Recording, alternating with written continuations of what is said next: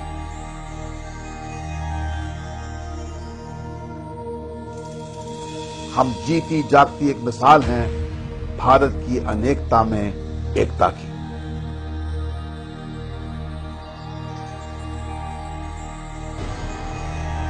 اپنی آخری سانسیں گن رہے مغل سامراجیہ کا اس دن انت ہو گیا جب ایسٹ انڈیا کمپنی نے دلی پر اپنا قبضہ جماتے ہوئے مغل بادشاہ شاہ عالم کی حفاظت اپنے ذمے لے لی۔ ایسٹ انڈیا کمپنی نے اس دن دعویٰ کیا خلق خدا کا، ملک بادشاہ کا اور حکومت کمپنی بہادر کی۔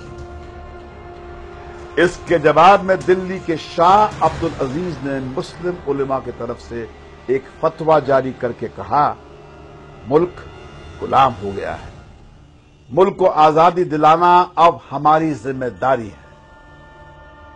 سن 1857 میں ہوئی بغاوت سے جب ہندوستان میں انگریزوں کے خلاف پہلی جنگ آزادی شروع ہوئی تو اپنی جان کی پرواہ کیے بنا علماء باغی سپاہیوں کے ساتھ کھل کر میدان میں اتر آئے۔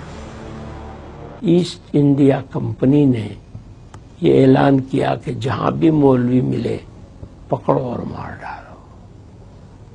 چنانچہ مولوی کون ہے اس کی علامت و پہچان یہ بتائی گئی کہ جس کے منہ پر داڑھی ہو یا لمبا کرتا ہو۔ 50,000 سے زیادہ داڑھی کرتے والے اس کے بعد پورے ملک میں قتل کیے گئے۔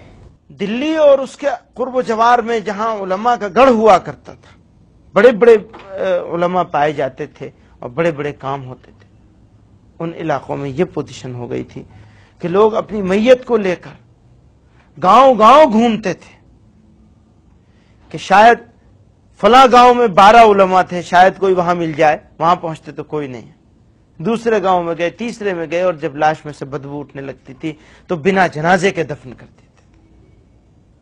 یہ حالت ہو گئی۔ ایسے وقت میں جو چند علماء بچ گئے تھے انہوں نے فیصلہ کیا کہ اس لڑائی کو اگر آگے بڑھانا ہے تو ہمیں اسلامک ایجوکیشن کے انسٹیٹیوشن قائم کرنے چاہیے۔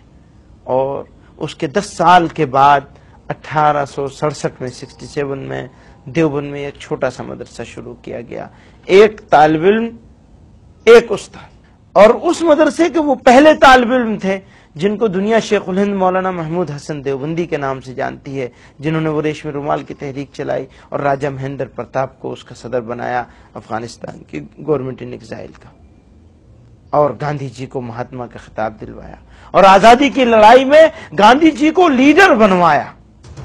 علماء نے ہی ریشمی رومال کی تحریک شروع کر کے جرمنی اور جاپان کی مدد سے انگریزوں کو ملک سے اکھاڑ پھینکنے کا پلان بنایا۔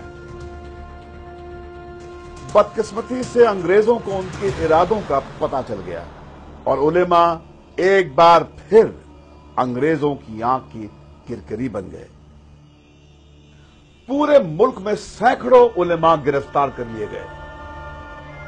شیخ الہند مولانا محمود حسن اور ان کے چہیتے شاگرد مولانا حسین احمد مدنی کو تو گرفتار کر کے ہندوستان سے باہر مالٹا بھیج دیا گیا، جہاں کئی سال انہیں جیل کی کال کوٹھی میں بتانے پڑے۔ اپنی اس ناکامیابی سے علماء یہ بات اچھی طرح سمجھ گئے کہ ہنسا کا راستہ اپنا کر وہ ہندوستان کی غلامی کو ختم نہیں کر سکتے۔ علماء نے سن 1919 میں جمعیت علماء ہند کے نام سے ایک نئی تنظیم شروع کی اور جن آندولن کو انگریزی حکومت کے خلاف